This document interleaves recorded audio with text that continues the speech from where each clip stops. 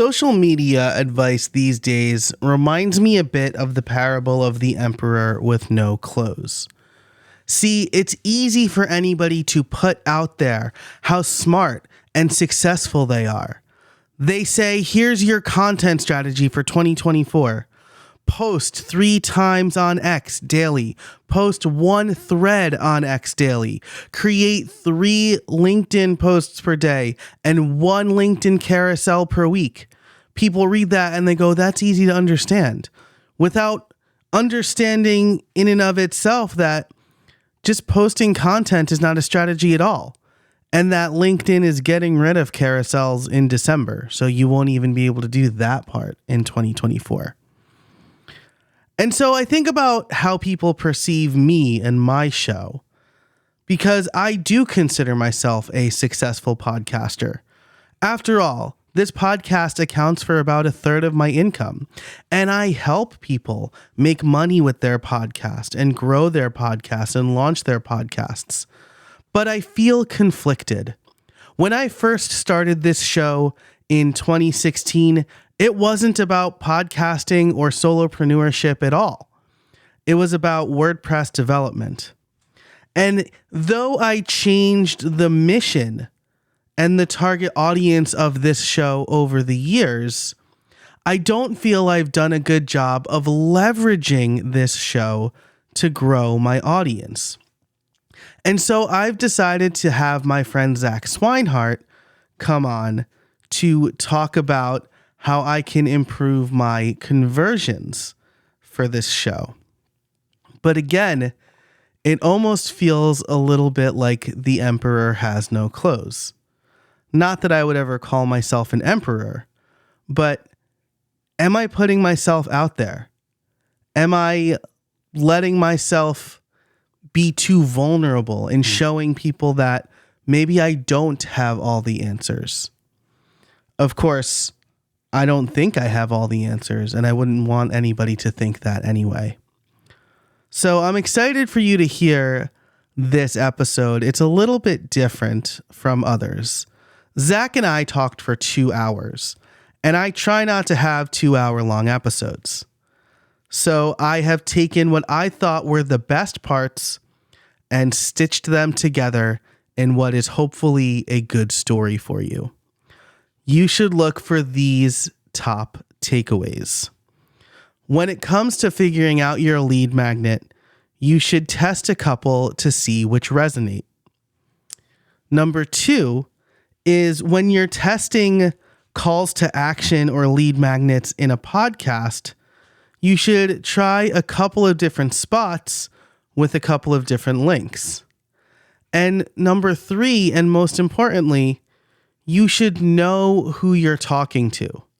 So figure out your audience by looking at their pain points and their objections.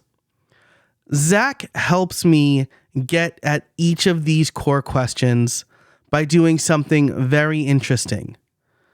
What I thought was going to be a coaching call from him turned out to be a coaching call from both him and myself. You'll see what I mean when you get into the intro and then the episode. Hey everybody, and welcome to How I Built It, the podcast that helps busy solopreneurs and creators grow their business without spending too much time on it. I'm your host, Joe Casabona, and each week I bring you interviews and case studies on how to build a better business through smarter processes, time management, and effective content creation. It's like getting free coaching calls from successful solopreneurs. By the end of each episode, you'll have 1 to 3 takeaways you can implement today to stop spending time in your business and more time on your business or with your friends, your family, reading, or however you choose to spend your free time. One of my favorite TV shows is Scrubs. I think it's timeless. I always learn lessons from it. And yeah, I even liked the 9th spin-off season. There are lots of memorable moments from Scrubs, but one of my favorites comes from the episode My Cake. And there are a few things going on. JD is dealing with some personal problems, But Turk, played by Donald Faison, he's not feeling too well. And instead of going to the doctor, he just wants to muscle through it. He feels like going to the doctor will make him feel weak. And so Turk's wife, Carla, played by Judy Reyes, says at one point it's impossible to get a doctor to go see a doctor. And this is where Heather Graham's character, Molly Clock, who is a psychiatrist, goes in to find Turk and ask him this question. She says, "I'm sorry to barge in on you, but I'm a little rusty on the medical side and I was wondering if you could help me. See, I have this patient, constantly tired, always peeing, losing weight. These, by the way, are the exact symptoms that Turk has been experiencing." Turk reflexively says you should have him checked out. He might have diabetes. Molly nods. Turk realizes what just happened and says, "Oh." See, she turned the tables on Turk. Instead of Turk thinking about those symptoms as his symptoms, he was thinking about those symptoms as a patient's symptoms. And this is the first highlight I want to give you from my conversation with Zach. Zach employs a very similar method. I'm telling him about problems with my podcast, and he basically says, well, what would you tell somebody if you were coaching them and they were in your situation? When you coach, I'm just curious if you can step into it. If I was like, Joe, I am making 30, 50K in ad revenue. I've done so many different things. Like, I don't know what my lead magnet should be. Like, what should I do? I would say a couple of things, right? What do you want to be known for? Who should your podcast help? What does your business do? Like all of these things that align properly for you. And then what's the number one thing that you use to get people onto your list, right? And so if I'm coaching me, I would say, well, you need to make How I Built It more podcast focused, or at least more focused on how solopreneurs can leverage their business with a podcast. Now, I did start a separate show for that purpose. I think with How I Built It, right, and maybe we can get into this, is when I started it, I thought I would use it to support my business of selling online WordPress courses, which is why I was interviewing WordPress developers. But then like a funny thing happened on the way to the forum, where people just kind of started reaching out to me and like, were like, hey, we want to sponsor your podcast. And I made the decision then, well, if I'm going to have sponsors, I'm not going to pollute my proverbial airwaves with calls to action for my sponsors and calls to action for me. So the thinking at the time was I didn't want to confuse my listeners and I want my sponsors to get the best ROI possible. Now, at this point, I've piqued Zach's interest because I've said a few things and I just want to recap them for you.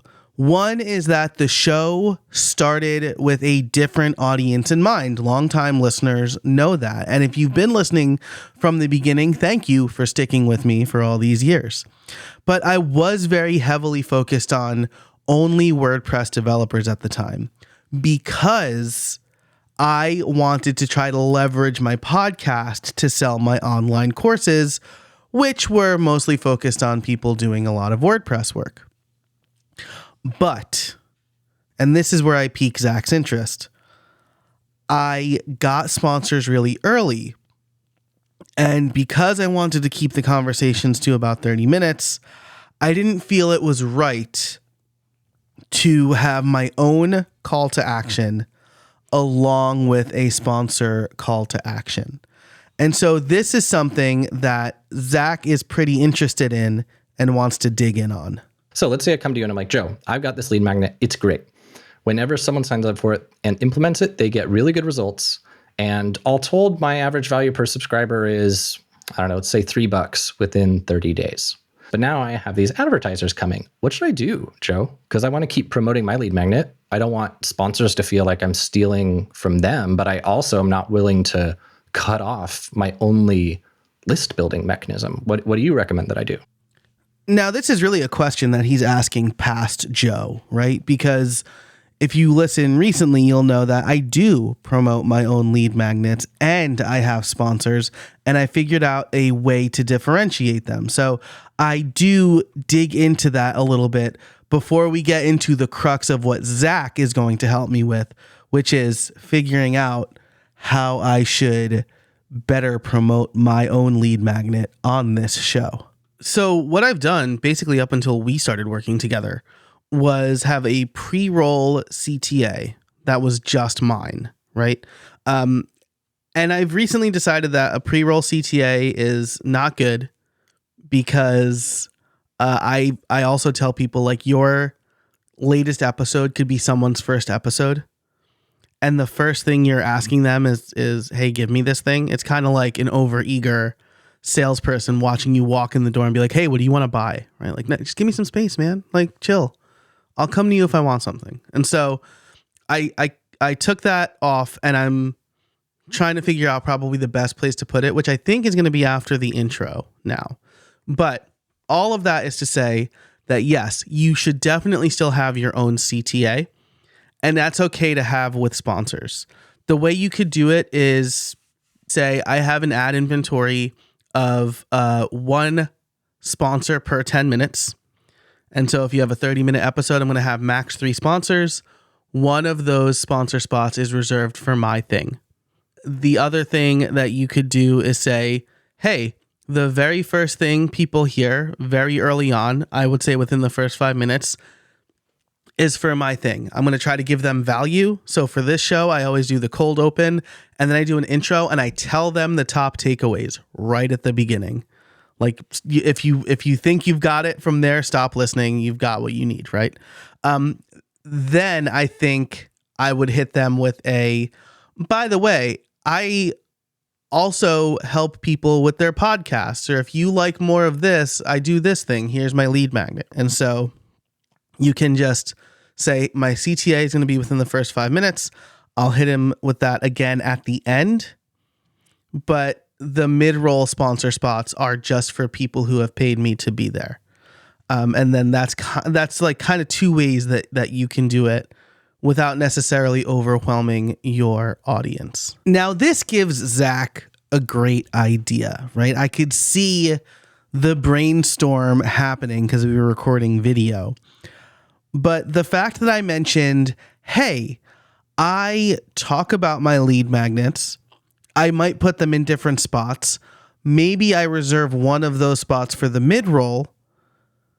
That gets him thinking about how to best promote and how to best track the, let's say, efficacy of lead magnets at different spots. Something I know from the website conversion standpoint that I learned ages ago with regards to like Google ads or whatever is that on a website, the ads that perform best are the ones that don't look like ads. And it's why, like, oftentimes text links to opt-in forms within the body of a post perform much better than, say, the lead magnet promo at the end.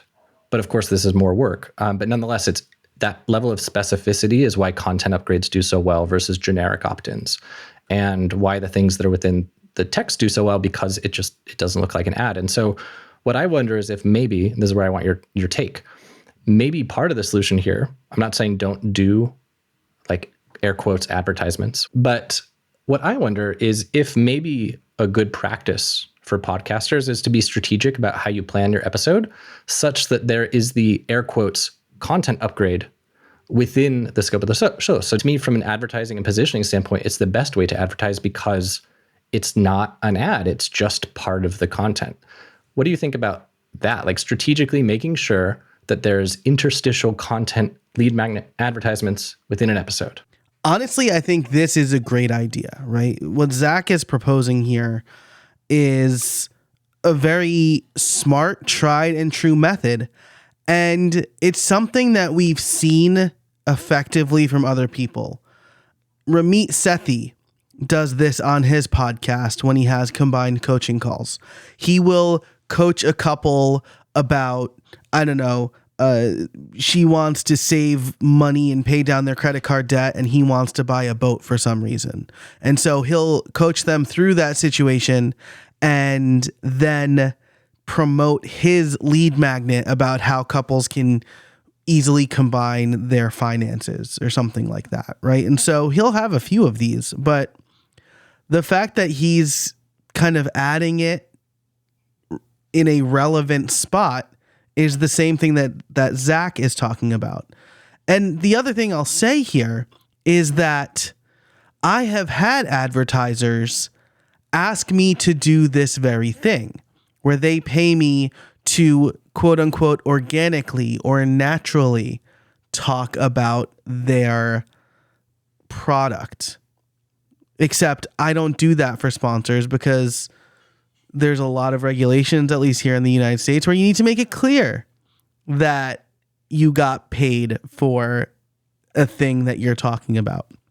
And so I don't really do product placement, and I want to make those advertisements clear. But for my own content upgrades, I really think this makes perfect sense. And so I love where Zach is going with this line of thinking. Now, the next thing Zach mentions here, I think, is probably the most impactful part of our conversation because it does get into the tracking and metrics of it all. But before we get into that, I do want to give you a word from our sponsors. Okay, we're back. And right before the break, I teased that I think Zach got to perhaps the most impactful part of our conversation for me. And so let's hear what he's thinking about when it comes to checking the efficacy of our podcast or audio only calls to action. I'm used to my juicy website metrics. I know who saw something, I know who clicked it, and I find it so freaking difficult with podcasting to not know. Something I've been playing with though, that I'm rolling around in my mind as we're talking about this. When I shoot, so I told you about that series that I'm working on for DYF called 6 Months to Six Figures, where it's essentially coaching calls. This gets aired on both YouTube and like on the audio podcast. And I've been wondering how many people that come to the page come from the audio? How many people come from YouTube? The idea of having one CTA link scares me because I don't know what is the most worth my time. So what I've been doing whenever I promote the community page from those, I do 2 takes. So I do one take where I go to link 1 and one take where I go to link 2, and I mark it in Fathom. And so when my video editor edits it, she knows that when she's producing the YouTube version to have the YouTube CTA, and when she's producing the podcast version, have the podcast CTA. And these live in my website just with the Pretty Links plugin. So I can see how many clicks did this one link get, how many clicks did this link get. And so I'm kind of thinking about that here. I'm thinking about how could you do an A/B test in the context of a podcast? Because you're talking about moving from pre-roll to a bit more into the episode. And it strikes me that there could be a really basic A/B test that could be done where you could actually have, like for one lead magnet, we could have one short link that you promote in a specific spot. So say you're doing a pre-roll test and you want to say, I wonder what my opt-in rate from the podcast is for a pre-roll lead magnet promotion. And I wonder what my opt-in rate is from a mid podcast. And you do like everything else the same. So if you're going to do one at the very end, which it sounds like you probably should, you do that on both. So the only difference really is the pre-roll. You could run this where you do like 5 in one place, like 5 different episodes in one place, 5 different episodes in the other. And then we could look at the amount of link clicks and then get the data on the amount of episode listens. And then probably could even segment further and get data on how many actual subscribers. But even just link clicks divided by episode listens kind of gives us our click-through rate. I think aside from this being a really smart idea, Zach is actually highlighting a big problem in the podcasting space that doesn't really exist in the web development or even YouTube space. And that's a lack of analytics. With your website, you basically know everything anyone does when they visit your site if you have the right tools installed. You can get heat maps. You can do eye tracking now. You know when that person came, where they were coming from, how long they stayed, and where they went after. And with YouTube, you can see all of the engagement, all of the analytics, all of this stuff that's being tracked through Google. And the best thing we have in podcasting is downloads, apps, what apps people are using, what country they're coming from. If you dive into analytics in Apple Podcasts, you can see consumption rate, and the same thing with Spotify. But there's nothing like Google Analytics for podcasts, and there's nothing like YouTube's analytics for podcasts. And so we have to kind of do our own thing if we want to track these numbers. And that's really a pain point that Zach is highlighting here. I don't think it's something enough podcasters do. And it's something that if I want to improve my lead magnet or improve my email signups, it's something that I would definitely have to do, right? And if you are thinking about starting a podcast or any content where you're trying to attribute leads to that content, it's something that you'll have to do too. And I think that's a really big and important takeaway. From here, it's time to dive into brass tacks, right? We've spent some time doing some level setting and figuring out where I think my problem lies. Now, Zach's actually going to give us a real strategy for something that I can do in order to hopefully increase my email signups, and most importantly, give you, the listener, a legitimately helpful free resource. So let's throw it back to Zach, who's going to walk through a potential strategy for us. So with all that said, I think for you, the path forward here is to make it easy. So I'm going to teach you, the listener, how I would frame a content upgrade in a podcast. So I think maybe the low-hanging fruit approach here for what we should have Joe go out and test. This is like what I'm playing with. I'm not officializing it as your homework yet, but it's what I'm playing with as my loose prescription. Would be playing with 2 lead magnets that are intended to validate interest. And I'll explain where my head's at there in a minute.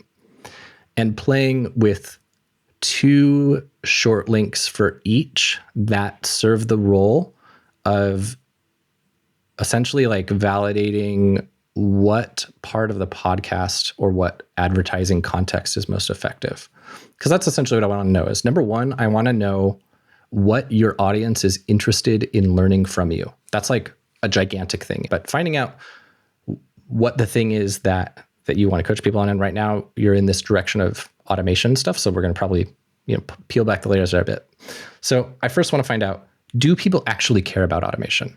Because this is the thing with like Conversion Wizard, for example. Like it doesn't matter that it's cool that I added these extra 10,000 leads if someone doesn't believe it. Like you and I have been talking about this with shorts, right? The more of these conversations I have with people about video shorts, the more I've come to appreciate that this is a terrible idea for an agency offering, because number one, I haven't seen results from it yet, so I can't actually speak to results. Number two, I don't think people really see the qualitative difference between a human curating them and an AI. So it doesn't matter if my shorts are actually better. It only matters if a person values it. And that's the thing that, like the classic thing with any online business is that people want to know, how do I get more traffic? How do I get more sales?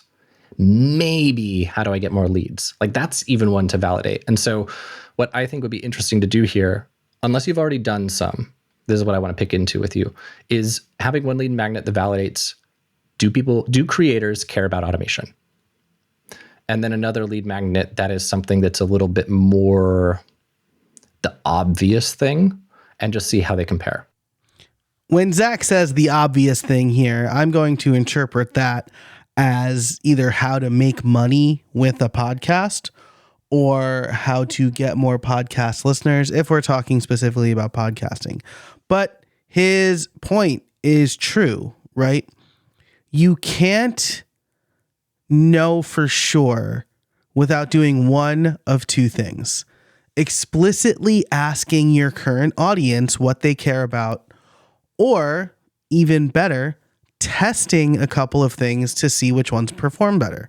Because when you ask somebody, it's all about framing the question, right? It's, would you buy this if it was a thing? People might say yes, but have no intention of buying it. hey, do you care about automation? People might say yes, but they might internalize the word automation differently. And so running these tests like Zach is recommending is something that every creator needs to do if they want to increase the efficacy. I keep saying the word of the day is efficacy. The efficacy of their lead magnets.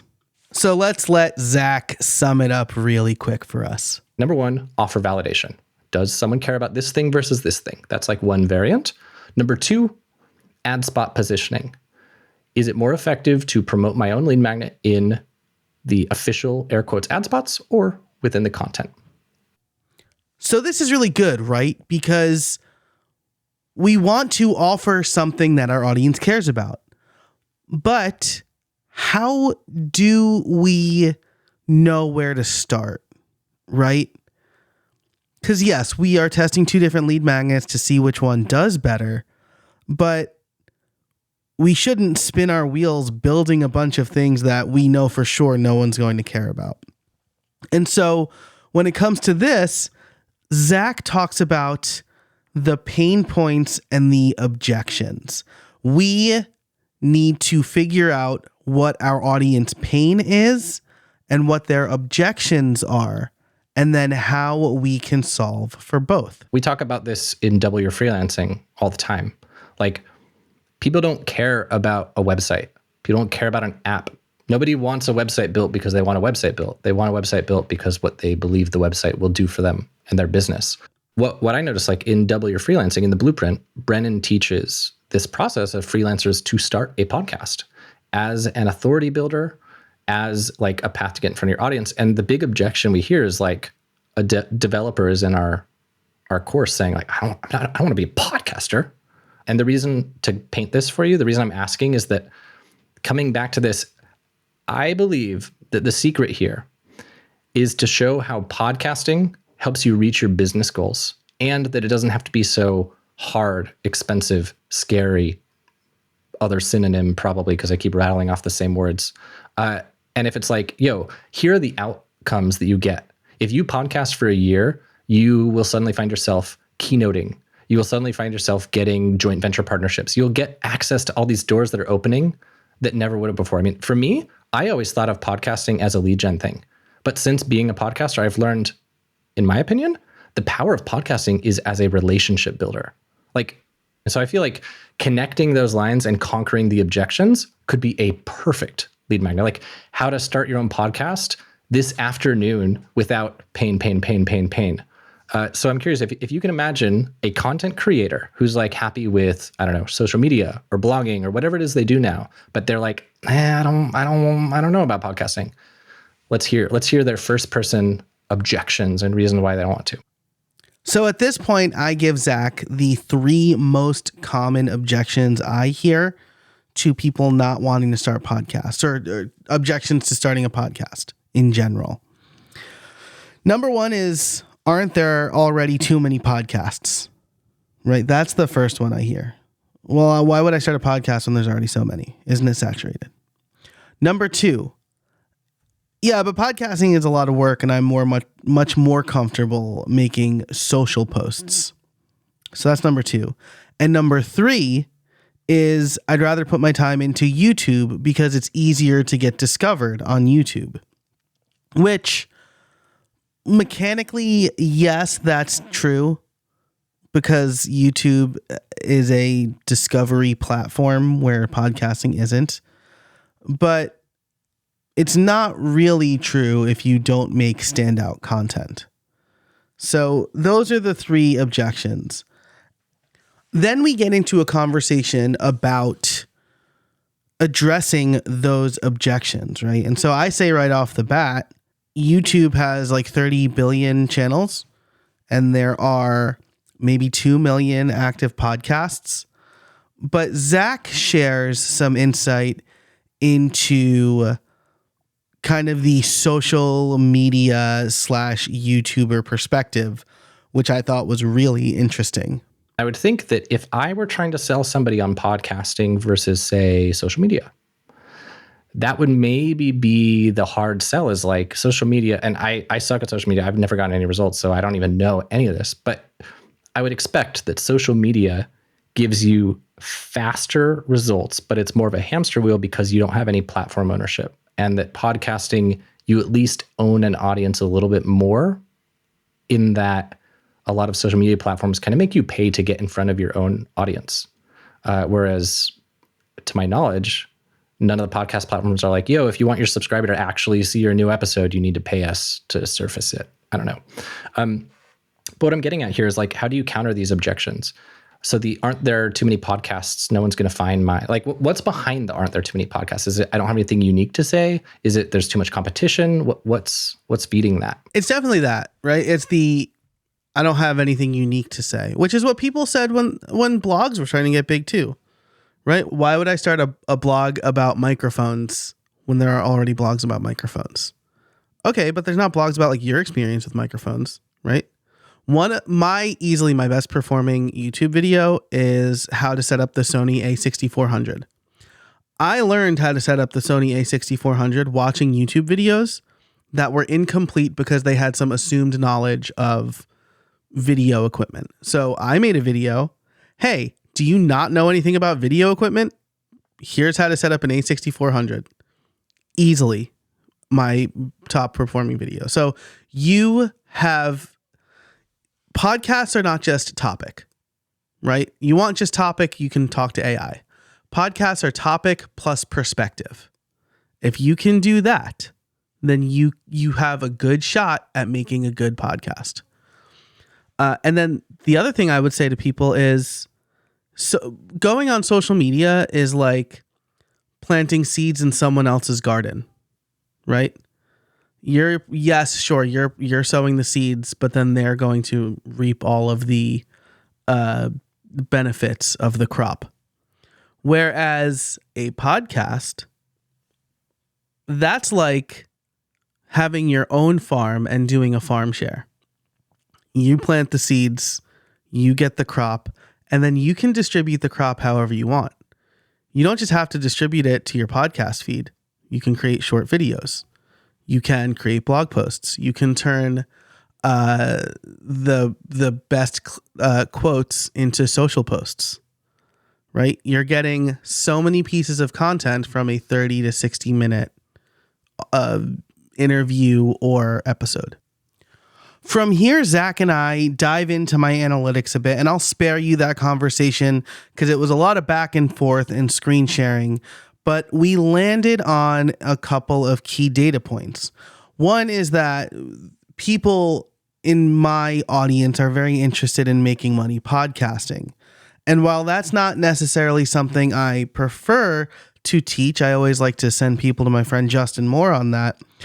There's another audience of solopreneurs and creators who are hesitant about starting a podcast, but they do want to grow their business. And so Zach then poses this question to me, a question that has plagued me basically my entire career. So what I've noticed, at least in my time in business, and I think it probably applies to everything, is that a given audience will always have more newbies than experts. Just always, because people try podcasting, they're like, no, not for me. And now this is one person who was up here and isn't down here.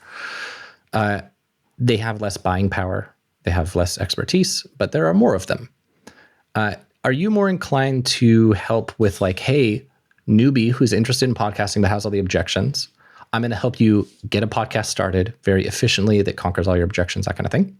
Or are you more inclined to be like, hey, super seasoned person who wants to hone and refine?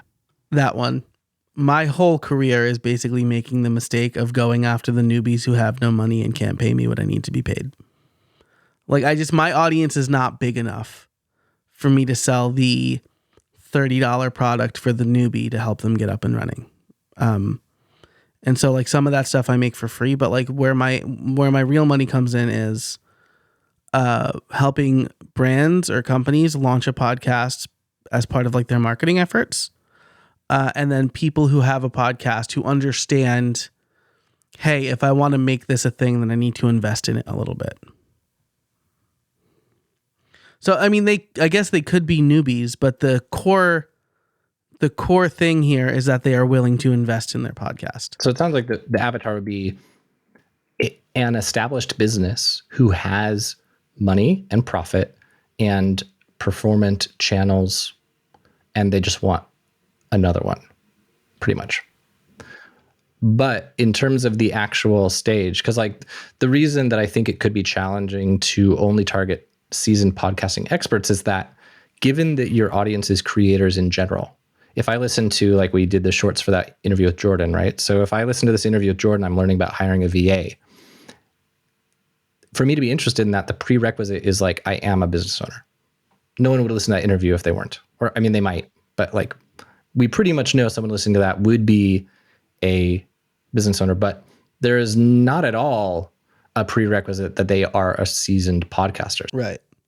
So maybe this challenge to my thinking is that my podcast workflows podcast is for those people, and how I built it should be more for the solopreneur who knows that they should have a podcast but doesn't have one yet.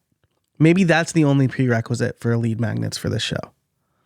Because my membership is also built around that. Like my membership now is, yes, you get ad-free extended versions of this podcast, but the real value is in I'm teaching you how to automate your processes 90% of the time with a slant towards podcasting. Like I'm going to show you how to use schedulers, and like, yes, that's more generally applicable to a bunch of things, but I'm going to show you how to use schedulers to effectively save a bunch of time booking your guests. I think this is interesting to think about. I think we're on a good thread here because I think about it as somebody who is in your target audience, but does not resonate with the positioning. So for me, when I hear about the podcast automation stuff, like I've listened to some of your episodes on there, but I don't know, like I'm a developer. I'm really good at Zapier. I'm good at automation. So like I'm not, for you, like what I would want to know from Joe would be like, how do I make sure I'm even doing this the right way? How do I make sure I'm not spinning my wheels doing dumb stuff with my production? Like what's the way that I should be podcasting in the most efficient way? If your hook was, I teach people how to efficiently produce hyper profitable podcasts in the least time, effort, and classic Alex Hormozy thing, right? Time, effort, and sacrifice. That's what he talks about in his value equation. So like with the least time, effort, and sacrifice required, I would be like, ooh, that's cool. Especially if the lead magnet was like the 5 ways that I wasted 100 hours for my first 20 episodes. The 5 biggest mistakes newbie podcasters do where they typically waste like 40 hours a month, or a case study of a client for whom you optimize their processes that now they are spending, like they reduce their podcast production time by 50% and save now $300 for every episode they release. I would download that. I think at this point we have a breakthrough. We've been talking about the strategy and what I could do to measure the effectiveness of my lead magnets. We know who this podcast is for and who I can help. And now we have a potential way to bridge that gap. I think that as I'm imagining this avatar we've been talking about today, like the someone who knows they should be podcasting, but they're not yet, but they're looking for the thing to kind of push them off the edge. I think the third one would be the easiest to reposition because the other 2 are kind of predicated upon some existing momentum. As a reminder here, the third one that Zach is referencing is the third kind of example lead magnet. He said in his examples, number 1 was 5 ways I wasted hundreds of hours in my first 20 episodes. Number 2 was the 5 biggest mistakes newbie podcasters do when they start. And then number 3 is a case study of a client for whom I've optimized their process, and now they're spending less time and money on their show. Like they wouldn't be valuable if you don't have a podcast yet, I would think. So yeah, maybe the thing to test, the easy thing would be that third one.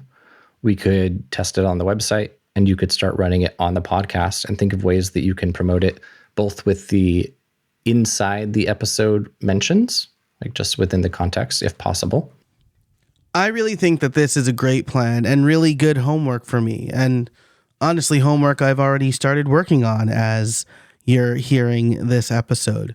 November is a little bit of an intense month for me, but I did want to put some time into this, especially because the case study I'm writing about Annie is one that I've been talking about for months to write. So this was yet another push in the right direction.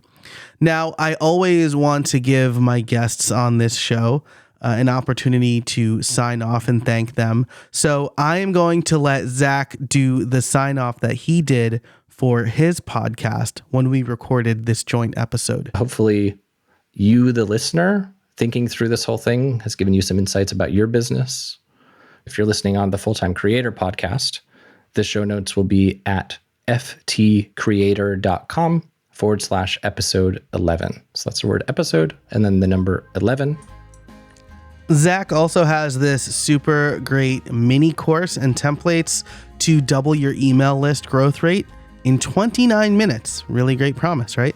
You can find that over at crowiz.co/go. Now, of course, you can find all of the show notes for this episode over at howibuilt.it/341. I'll include all of the links that we mentioned here. I would also love your feedback on this episode. As you could tell, it was a little bit different. It wasn't a straight interview. Zach and I talked for over 2 hours. And so I wanted to distill this conversation into the best takeaways for both me and you. So let me know what you thought about this and if you want to see more content like it. But that's it for this episode. Thanks so much for listening. And until next time, get out there and build something.